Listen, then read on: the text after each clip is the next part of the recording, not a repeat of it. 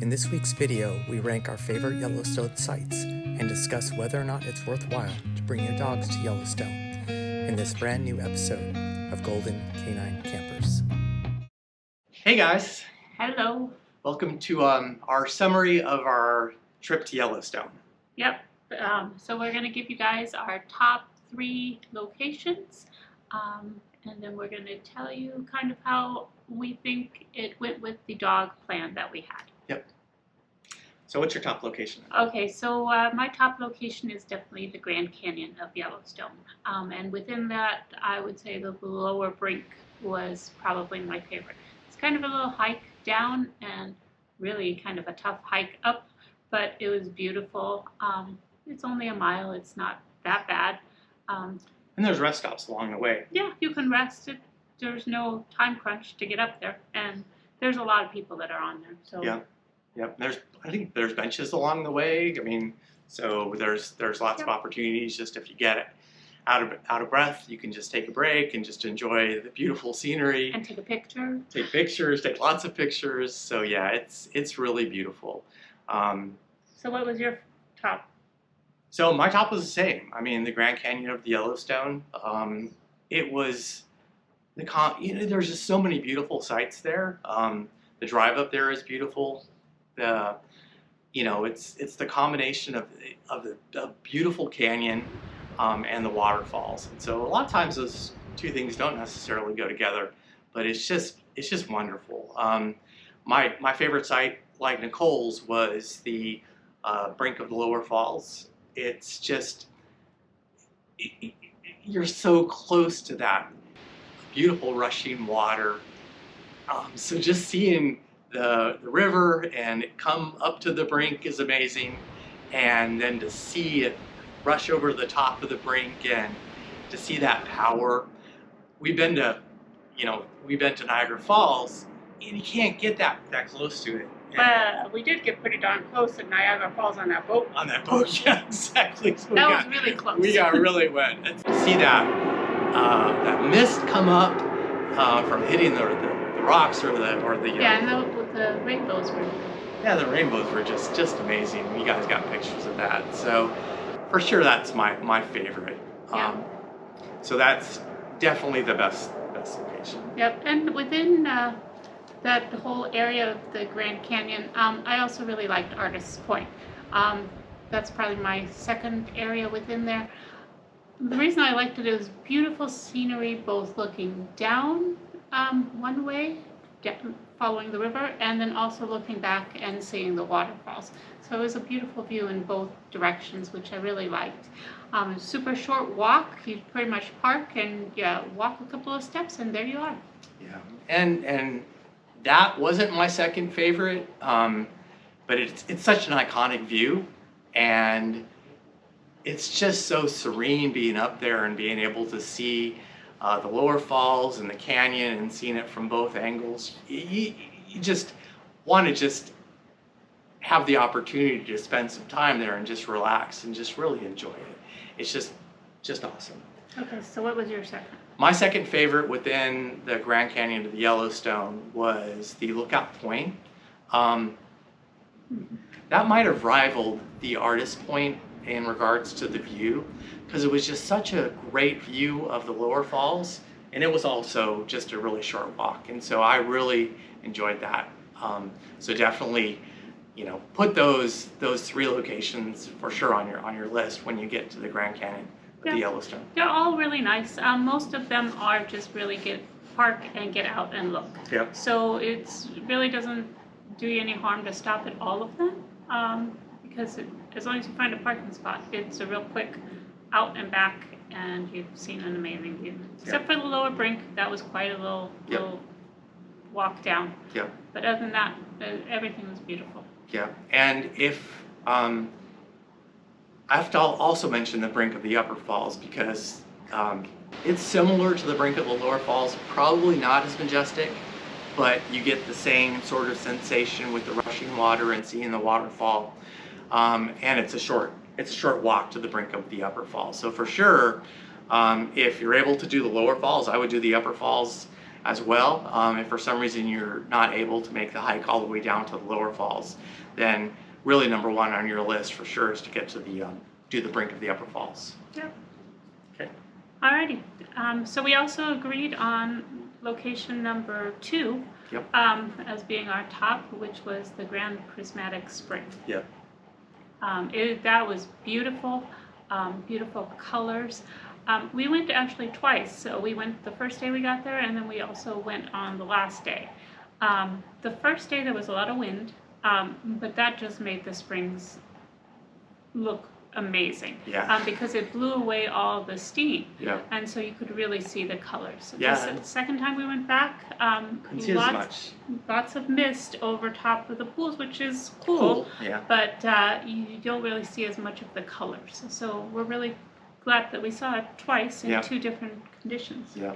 So I guess our advice there is if there's kind of a windy day scheduled for Yellowstone, Definitely go on the windy day. go to the Grand Prismatic on the windy day. Hold on to your hats. Hold on to your hats, exactly. But it was just really neat. Yeah, that was really cool. And the colors were amazing. Yeah, and these pools are just so huge. Just to see that and to see all the colors. The one thing, it does take a little while, so the boardwalk that kind of walks around the Prismatic, and do you remember what the name of the other spring was? Excelsior. Excelsior Spring. So as you're going through those 2 springs, it's kind of a narrow boardwalk, and so at most 1 or 2 persons can walk on that boardwalk side by side, and so it does take you a little while to get through. Because it's busy. It is busy. It was one of the busiest locations we Yeah. went to, especially on that first day. Yep. It was a lot of people. Yeah, so if you can get there early, get there earlier. If you can get there later, get there later. Early wasn't too bad, and later. Don't go at noon. Yeah, We went at noon. Yes. It was not the best idea. No. So my second favorite area within, I guess I would call this kind of the Old Faithful area, but my second favorite was the Biscuit Basin. That was kind of similar to the Grand Prismatic Spring, as you saw these beautiful springs with the different colors, the sapphire springs. It's just really neat, and you get the mist coming off the springs, and you're very close to them.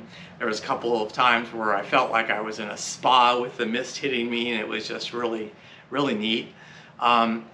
What makes that particular area really nice is you've got a nice hike associated with it as well. And so if you go to the back of the Biscuit Basin, you get the Mystic Falls hike, which is about a 2-mile hike. There's not crazy amounts of elevation. It's just a beautiful hike with wildflowers and trees, and it's just great. And then once you get to the falls are just beautiful. The falls were beautiful. So one of the main reasons this didn't make my list was the fact that we were alone on the trail. So if you followed our journey, you know that we kind of didn't do anything together because one person stayed with the dogs. So I was alone on this trail, and it wasn't a well-traveled trail. So I was really afraid of the bears. If there had been more people, I would have felt more comfortable, and I probably would have enjoyed the hike a little bit more. But there was a warning that bear had been sighted in that area. So I was not feeling really comfortable walking by myself. And I'm sure that I shouldn't have been walking by myself. I'm sure every hiking guide will tell you do not hike by yourself in bear country. I didn't feel good about it, and I think that's what took away from my enjoyment of the Mystic Falls. So I enjoyed the hike. I saw that sign as well. I was nervous probably the first, I would say, quarter of a mile. And I actually grabbed a stick, and then I had my GoPro as well, so I kind of had 2 sticks. Which weren't going to help you much against the bear if he was really hungry. So, but then as I got further along in the hike, I started seeing a lot more people. And so then I wasn't quite as worried. And people laughed at me when I asked them, see a bear? So I saw a lot of people with bear spray. Did you? Well, not a lot of people because there weren't a whole lot of people, but people I did see, they had bear spray, and I'm like, I should not be out here with just a stick. And I didn't have a GoPro stick, and I don't even know what the stick would have done against the bear. But I'm a pretty good runner, so I could have outrun that. You're not supposed to run. Well, I would have run. The bear can run a lot faster than a human. Yeah, I would have yelled at the bear, and then I would have taken off. And hopefully come across some other people, and then who wouldn't have been running, and the bear could just have those guys. So what was your next favorite site, Nicole? So my third favorite site was the artist's paint pots. Daryl's going to really disagree with me on this one. This wasn't at the top of his, and I think he's even said that he didn't really enjoy it all that much. Oh no, I liked it. It was good. So the reason I really liked it is because of that cool mud. It was the creepiest thing I've ever seen, but it was also really cool because it was just thick mud bubbling, and I've never seen anything like that. I don't know if I'll ever see anything like that again. It was just so cool. It was a quick little walk out, I think like 3/4 of a mile out and 3/4 of a mile back. There was also some pools which were cool to see, but the best thing was the bubbling mud. Yeah, you don't get to see that everywhere else. No. So that was Never seen anything like it. No, it was pretty amazing. So we did a planning video. So a lot of people advised you to when you go to Yellowstone to not bring your dogs or to board your dogs. And that really wasn't anything that we were going to do. And so we had a plan from the start about how we would do things. We were going to try to go on areas that had shorter hikes, and really almost everything within Yellowstone was a short hike. Yeah, unless you specifically try to find a big hike, really everything, all the sites are relatively close, and so there really isn't that much of a hike. We had really planned from the start to go to the sites, make sure it's a short site, one person would go, and we would switch off and the other person would go. And that went better than what I thought it might, just because the sites were so short, and it was pretty comfortable in the back of our RAV4. I mean, we don't have a whole lot of space. We put up the tailgate and just sat back there and had it open. I was reading about Yellowstone, and Nicole was reading her book. The kids were very comfortable. They were enjoying their time with us.